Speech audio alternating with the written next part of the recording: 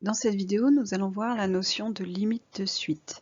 Comme nous ne sommes qu'en première, nous allons voir une notion intuitive. Commençons par la notion de limite finie. Définition. Une suite UN a pour limite un nombre petit l signifie que pour tout intervalle ouvert contenant L, tout intervalle contient tous les termes de la suite à partir d'un certain rang. Et on écrit dans ce cas, limite lorsque n tend vers plus l'infini de un est égal à petit l.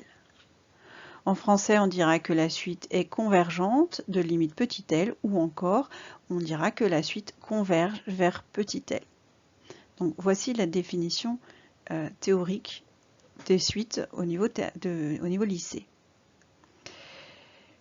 Nous, en première, on conjecturera que la suite converge vers une limite petit l si les termes de la suite semblent se rapprocher de cette valeur à partir d'un certain rang. Graphiquement, cela donne ceci. J'ai ici représenté les termes d'une suite UN.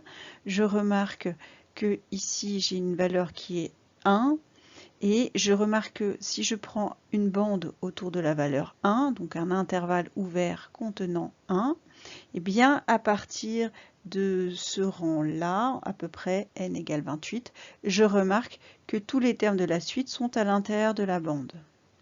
Graphiquement, sinon, je peux dire que je remarque que les termes de la suite semblent se rapprocher de cette valeur et que cette valeur c'est 1. Donc on dira que la suite semble converger vers 1. Ou encore que la limite de la suite semble être 1. Voyons sur un exemple avec une suite définie par un algorithme, donc une fonction u de n, avec n comme variable, u égale 0 pour initialiser. Pour i allant de 0 n-1, u est défini par récurrence en prenant 3 fois u plus 2 sur u plus 4 et en affectant la nouvelle valeur de u. Ce qui donne en notation mathématique que la suite est définie pour n appartenant à grand N par u0 égale 0 et un plus 1 égale 3un plus 2 sur un plus 4. Donc si j'utilise mon programme pour calculer les termes de la suite et que je calcule par exemple U5, je trouve 0,98 et des poussières, U10 0,99 et je vois que les termes semblent stationner autour d'une valeur qui est, ma foi, très proche de 1. Donc on va dire que la suite semble converger vers la valeur 1. Bien sûr, il ne s'agit que d'une conjecture. À présent, voyons la notion de limite infinie. Donc, on dira que la suite UN a pour limite plus l'infini si tout intervalle de la forme A plus l'infini contient tous les termes de la suite à partir d'un certain rang. Et on écrira la limite lorsque n tend vers plus l'infini de UN égale plus l'infini. Et on dira que la suite est divergente vers plus l'infini. Bien sûr, on a la même définition avec moins l'infini, dans le cas où c'est moins un qui semble tendre vers plus l'infini. Autrement dit, on va conjecturer qu'une suite diverge vers plus l'infini si ces termes semblent devenir aussi grands que l'on veut lorsque n devient grand. En tout cas, les termes en valeur absolue.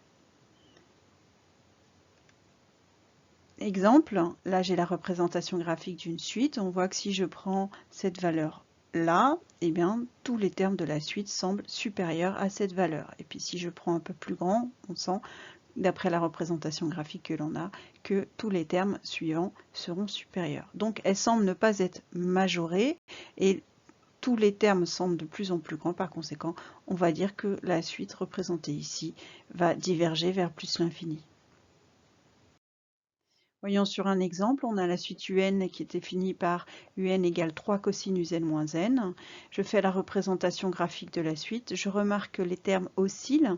Néanmoins, les oscillations semblent se diriger de plus en plus bas. Donc si je prends un nombre très grand en valeur absolue mais négatif, je remarque qu'à partir d'un certain rang, tous les termes de la suite vont être encore plus grands en valeur absolue.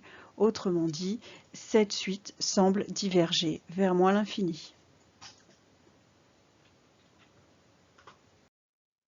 Alors, il y a des suites qui n'ont pas de limite.